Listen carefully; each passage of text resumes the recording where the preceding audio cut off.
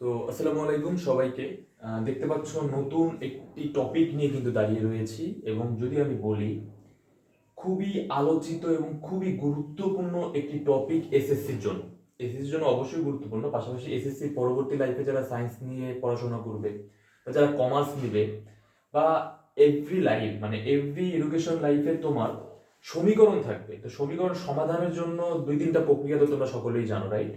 যদি তুমি সাধারণ গণিত 12 অধ্যায়তে যাও এসএসসি, তুমি দেখতে পারবা সেখানে কিন্তু 3 রকমের সমাধান পদ্ধতি আছে: আর্গুণন, প্রতিস্থাপন, অপনয়ন। তো তার মধ্যে সবচেয়ে সময় সাপেক্ষ এবং সবচেয়ে সহজ পদ্ধতি হচ্ছে আর্গুণন। যদি তুমি শিখতে পারো তাহলে উইথিন 30 সেকেন্ডে তুমি যে কোনো সমীকরণ সমাধান করতে পারবা। যে কোনো সমীকরণ তুমি সমাধান করতে পারবা, সেই নিয়ম তোমাকে আমি শিখিয়ে দিব। তো চলো আমরা বেশি কথা না বলে শুরু করে দিই আর্গুণন পদ্ধতিতে সমাধানটা আসলে কিভাবে করব।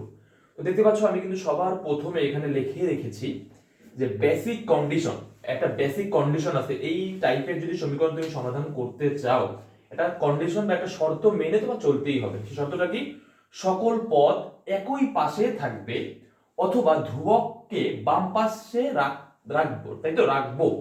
তাহলে দেখো সকল পদ মানে কি বুঝতেছি আমরা? এটা একটা পদ, এই 3x সম্পূর্ণ একটা পদ, যোগ 4y আর একটা পদ, -11 আরো একটা পদ। মানে এইখান থেকে বুঝাইতেছে কি যে এখানে তিনটা পদ আছে, এখানে তিনটা পদ আছে। হ্যাঁ, তো আমাদের কি বলছে যে সকল পদ একই পাশে থাকবে, হয় তুমি বাম পাশে রাখবে অথবা ডান পাশে রাখবে। অথবা ডান পাশে রাখা আসলে কথা না, কথাটা হচ্ছে কি একই পাশে রাখা মানে হচ্ছে বাম পাশে রাখবো। ওকে, এবং ধ্রুবককে বাম পাশে রাখবো। যদি এক্সক্লুসিভলি আমরা বলতে চাই যে আসলে কাকে নিয়ে আমরা কথা বলছি, বিষয়টা কেমন হতে পারে দেখো। মনে করো আমি লিখলাম যে 8x - 2y = 5, মনে করো এমন আছে। হ্যাঁ, তো তুমি যদি বই খোলো দেখতে পারবে যে এরকম অনেক ম্যাথ আছে।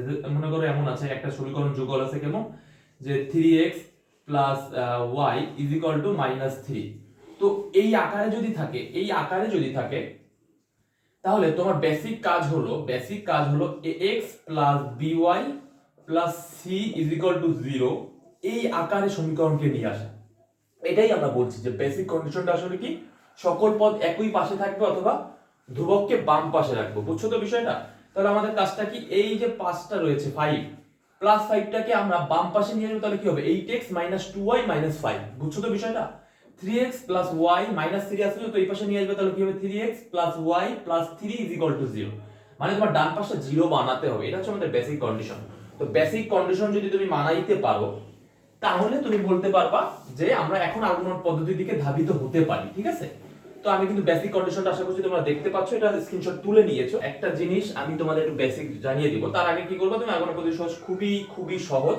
তুমি কি করবা? তোমার পরীক্ষা হলে যেটা করবা সেটা হচ্ছে একটার নাম দিবা 1 নম্বর সমীকরণ, আর একটার নাম দিবা 2 নম্বর সমীকরণ। এবার তুমি লিখবা যে 1 ও 2 হতে আর্গুমেন্ট পদ্ধতিতে পাই, 1 ও 2 হতে আর গুণন পদ্ধতিতে পাই।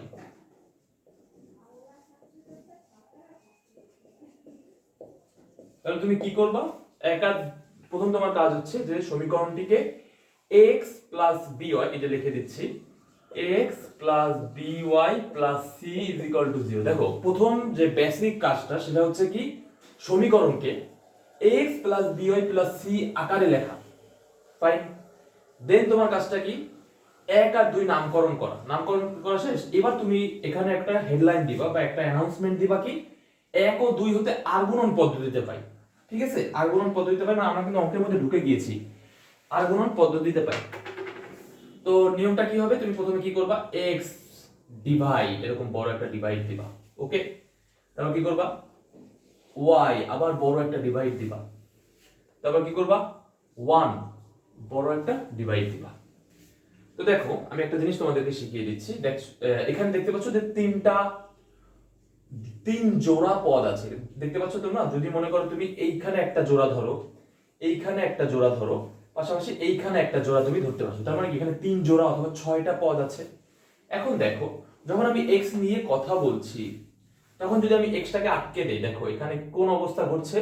এখানে উপরে নিচে একটা একটা করে পদ আছে, রাইট? এবং তুমি যদি খেয়াল করো এই পদটা আর এই পদটা পাশাপাশি, বিষয়টা বুঝো একটু। হ্যাঁ, আবার এই পদ পাশাপাশি। সেম ভাবে যদি আমি y কে আটকে রাখি, তাহলে একটু যদি তুমি লক্ষ্য করো 3x আর -11 এই দুইটা পদ কিন্তু দূরে। 5x মাইনাস 1 এই দুটা পদ কিন্তু দূরে। সেম যদি আমি ধ্রুবক পদকে আটকে রাখি তাহলে দেখো আবার 3x plus 4y 5x minus 2 এরা দুজন কিন্তু পাশাপাশি। তার মানে একটা জিনিস কি বোঝা গেল, যদি আমি x নিয়ে কথা বলি, আমি x কে যদি আটকাই তাহলে যেই দুইটা পদ থাকে এরা দুজন পাশাপাশি।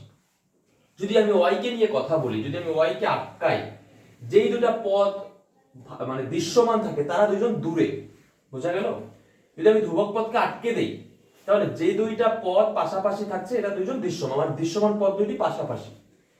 এবার কথাটা হচ্ছে, যদি পদ দুটি পাশাপাশি থাকে, পদ যদি পাশাপাশি থাকে তাহলে উপর থেকে নিচে আগে।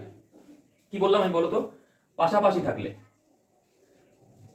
পাশাপাশি থাকলে উপর থেকে নিচে আগে, উপর থেকে নিচে আগে। হ্যাঁ, আর হচ্ছে পাশাপাশি না থাকলে কি? পাশাপাশি না থাকলে নিচ থেকে উপরে আগে।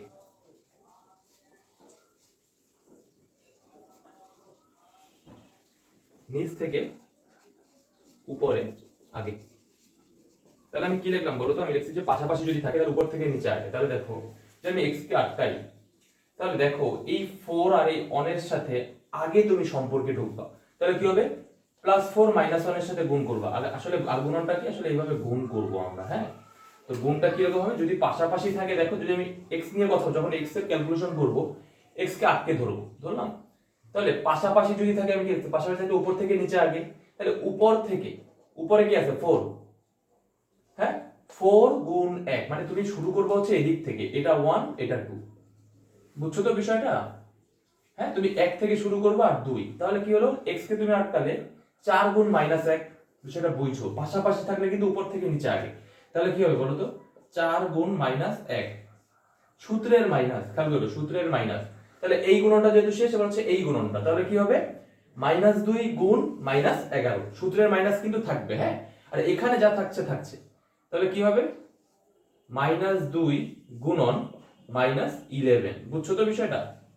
দেখো আমি আবারও বলছি, x এর ক্যালকুলেশন মানে x কে আটকে দিলাম। এবার পাশাপাশি যেহেতু দুইটা পদ পাশাপাশি, দৃশ্যমান পদ দুটি যদি পাশাপাশি থাকে তাহলে উপর থেকে নিচে আগে। তাহলে 4 গুণ -1, সূত্রের মাইনাস, -2 গুণ -11 হলো। এইবার যদি y এর ক্যালকুলেশন করো তাহলে কি y কে আটকে দিবা, আটকে দিলে y কে, তাহলে কি দূরে হয়ে গেল না দৃশ্যমান পদ্ধতি? তাহলে কি বলছি? পাশাপাশি না থাকলে, যদি পাশাপাশি না থাকে নিচ থেকে উপরে আগে। তাহলে এই যে নিচ থেকে উপরে আগে, এটা 1 ছিল না আগে, এখন এইটা হয়ে যাবে 1। তাহলে 5 গুণ -11 হবে আগে, 5 গুণ -11 হলো। এইবারে সূত্রের মাইনাস, আবারও সূত্রের মাইনাস, ঠিক আছে? তাহলে দেখো আমি y কে আটকে রেখে আমি কিন্তু আগে নিচ থেকে উপরে করেছি, যে নিচ থেকে উপরে করেছি আগে, সূত্রের মাইনাস, এবার উপর থেকে নিচে। তাহলে কি হবে? 3 গুণ -1, y শেষ। এবার অন এর ক্যালকুলেশন করো। অন মানে কি? ধ্রুবক পদকে আটকে দিবা, দিলে দুজন কি পাশাপাশি, দৃশ্যমান পদগুলো অবশ্যই পাশাপাশি। যদি পাশাপাশি হয়ে থাকে তাহলে 3 ইনটু -2 আগে, উপর থেকে নিচে আগে। তাহলে 3 গুণ -2, মাইনাস থাকলো, ফর্মুলার মাইনাস, সূত্রের মাইনাস কিন্তু প্রতিবার আমি রাখছি। হ্যাঁ, এটাকে আটকে রাখছি। তাহলে 3 গুণ -2 হলো। এবার সূত্রের মাইনাস বসালাম, এবার 4 গুণ 5, 4 গুণ 5। দেখো তাহলে আমি সামারাইজ করে দিচ্ছি। সামারাইজটা কি হবে? যদি থাকে, আবারও বলছি, পদ যদি পাশাপাশি থাকে উপর থেকে নিচে আগে। দেখো x এর ক্যালকুলেশন x আটকে দিলাম। হ্যাঁ, এই যে x আটকে দিলাম। এবং কি উপর থেকে নিচে 4 গুণ -1, ফর্মুলার মাইনাস, -2 গুণ -11, -2 গুণ -11। এবার y এর ক্যালকুলেশন মানে কি y কে আটকে দিলাম। এবার কি পদ দুটি কি দূরে হয়ে গেল, উপর থেকে নিচে আগে। 5 গুণ -11, সূত্রের মাইনাস, 3 গুণ -1। বিষয়টা বোঝা গেল? এবার যখন 1 এর ক্যালকুলেশন, 1 কে আটকে দিলাম, দুজন পাশাপাশি হলে উপর থেকে নিচে আগে, 3 গুণ -2, ঠিক আছে, -4 গুণ 5। দেখো তোমার কাছে মনে হতে পারে যে বিশাল ক্যালকুলেশন করে ফেলছে, আসলে কিছুই না। তুমি বাসায় যখন একটু প্র্যাকটিস করবে তখন তোমার কাছে একদম পানি ভাত হয়ে যাবে, একদম পানি ভাত। মানে বিষয়টা হচ্ছে জাস্ট তোমার ক্যালকুলেশনের প্রসিজারটা জানতে হবে। x এর ক্যালকুলেশন হয় কি উপর থেকে নিচে আগে, y এর ক্যালকুলেশন হয় কি নিচ থেকে উপরে আগে। সূত্রের মাইনাস প্রতিবার থাকছে, সূত্রের মাইনাস প্রতিবার থাকছে, মাইনাস কখনোই চেঞ্জ হচ্ছে না, এই মাইনাস কিন্তু থাকবে প্রতিবার, মানে সূত্রের মাইনাস। এবার আমরা দেখো ক্যালকুলেশন যদি শেষ টানি তাহলে কি হবে? আমি বা দিলাম, x এর জায়গায় x রাখলাম। এখানে কি হবে? 4 গুণ -1 তার মানে কি -4, তাই তো? আর সূত্রের মাইনাস তো থাকছেই। -2 গুণ -11, তাহলে কত বলো? +22। মানে এখান থেকে তো +22 বের হচ্ছে আউটপুট, আর মাইনাস তো থাকছেই। তাহলে এটা ক্লিয়ার। এবার দেখো y এর ক্যালকুলেশন যদি করি 5 গুণ -11 মানে কি -55, হ্যাঁ, আর এই 3 আর -1 গুণ করলে কি -3 -3 মাইনাসে কি হয়ে যাবে +3, কমপ্লিট। এবারে 1 এর ক্যালকুলেশন করো 1 থাকলো, 3 গুণ -2 তার মানে কি -6, আর 4 গুণ 5 তার মানে কি -20 হলো। এবার দেখো, এবার আমরা শেষ ক্যালকুলেশনটা করি, x ডিভাইড -4 -22 তাহলে কি -26 is equal y is equal to -55 plus 3 তার মানে কি -52 হয়। 1 ডিভাইড কত হবে বলো তো -26। তো দেখো এটার পরে আর ক্যালকুলেশন এখানে করা যাচ্ছে না, তো এটার পরে তুমি যেটা করবা, তুমি লিখবা তাহলে তাহলে তুমি একবার x ইকুয়াল লিখবা এইটা, তাহলে লেখো x -26 is equal to 1/-26। এখানে যদি ক্যালকুলেশন করো তাহলে x এর ভ্যালু আসবে শুধু 1। তার মানে কি দেখো তো, এখানে যদি তুমি আর গুণন করো বা তুমি যদি এখানে ব্যস্তকরণ করো তাহলে কি -26 কি এখানে চলে আসবে, তাই না? -26 এখানে চলে যাবে, -26 কেটে গেলে x এর ভ্যালু আসবে 1, x এর ভ্যালু আসবে 1। তাহলে লিখলা, এবার তুমি লিখবা অথবা, লিখে কি করবা, এইটা ইকুয়াল লিখবা ভাই, তাহলে কি হবে y divide -52 is equal to 1 divide -26। Same ভাবে এখানে যদি তুমি ক্যালকুলেশন করো -52 আবার এই উপরে চলে যাচ্ছে, ব্যস্তকরণ করার মাধ্যমে, তাহলে কি হবে -26 কে যদি -52 দিয়ে তুমি কাটাকাটি করো তাহলে এখানে আসবে 2, তাহলে y এর ভ্যালু কত 2, x এর ভ্যালু কত 1। তাহলে এইবার তুমি লিখে দিবা অতএব নির্ণেয় সমাধান, সমাধান লেখার ক্ষেত্রে একটা প্রসিজার আছে, কি জানো তো, x, y এরকম একটা ব্র্যাকেট দিয়ে ইকুয়াল লিখতে হবে 1, 2 ব্র্যাকেট।